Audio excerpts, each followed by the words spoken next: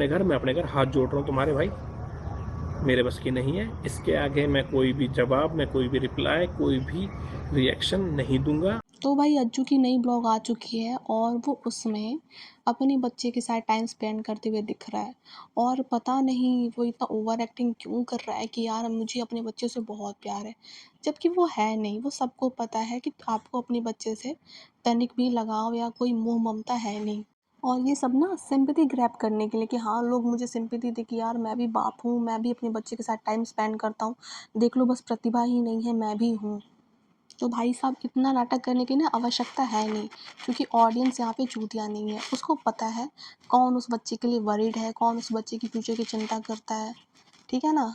सबको सब पता है। तो यहाँ पे ना सिंपैथी कार्ड प्ले करने की आवश्यकता नहीं है कि ऑडियंस उल्लू बन जाए। ऑडियंस को सब दिख रहा है कि आप कौन सा खेला खेल रहे हो। ये ना 2-4 घंटा बच्चे को जाकर घुमाना पेरेंटिंग नहीं होता है। इससे वो प्रूफ नहीं हो जाएगा, ठीक है ना, कि आप अपने बच्चे के लिए वरीड हो। अगर सच में अपने बच्चे के लिए वरीड होते ना, तो आज वो कृति के पीछे नहीं घूम रहे होते, अपने बच्चे के बारे में सोचते। आज कोई बाहर वाला नहीं बोल रहा होता कि आप डिवोर्स दे दो अपनी पत्नी को। किसी की इतनी हिम्मत नहीं होती। तो यार अज्जू भाई ने कुछ ज्ञान भी बांटा है इस ब्लॉग में, तो चलो उसके बारे में भी हम बात कर लेते हैं।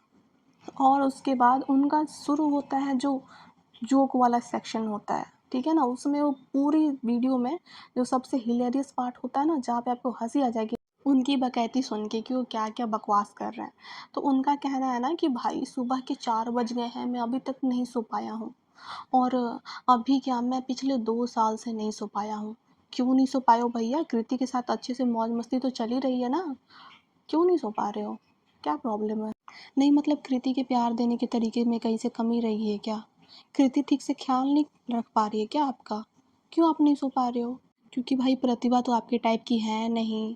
आपकी सो कॉल्ड फ्रेंड का कहना है कि प्रतिभा आपके टाइप की नहीं है। वो आप पे पता नहीं हुक्म चलाती है, आपको बांध के रखती है। पर कृति से तो आप कृति के साथ आप खुले में रहते हो ना अच्छे से। फिर आपको नींद की परेशानी इतनी क्यों हो रही है? ये सोचने वाली बात है। फिर अज्जू जी कहते हैं कि शरीर सो जाता है, दिमाग नहीं सोती है। हाँ, दिमाग में प्लानिंग प्लॉटिंग चलते रहता है, कैसे प्रतिभा को रास्ते से हटाया जाए और कृति को रास्ते में लाया जाए, है ना? इसीलिए शायद नींद नहीं आ रही है, यही परेशानी है आपकी। फिर बोलते हैं कि मैंने डीएम्स चेक किया, अपने डीएम्स में मेरी इतनी गालियाँ आ रखी हैं, इतने गंदे गंदे मतलब वो कमेंट्स किए गए हैं, लेकिन सच बताऊँ तो मुझे फ़र्क नहीं पड़ता।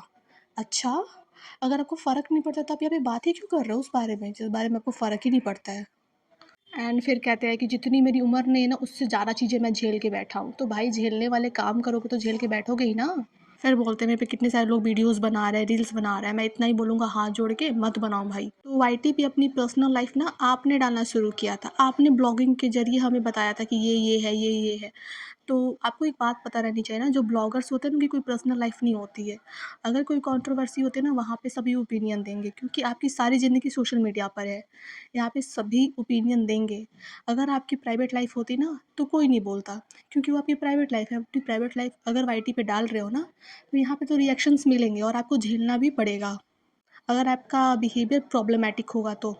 अब बात रही मज़े लेने की, तो अगर ऐसा काम करोगे ना कि लोग मज़े लें, तो मज़े तो लेंगे ही लोग। और हाँ, ये भी हो सकता है ना कि 2 साल से आपकी ट्रिपें चल रही होंगी, ट्रिप मार रहे होगे आप अपनी बेस्ट फ्रेंड कृति मेहरा के साथ, इसलिए आपको शायद नींद नहीं आ रही होगी, है ना? इसीलिए आपको परेशानी हो रही है नींद आने में।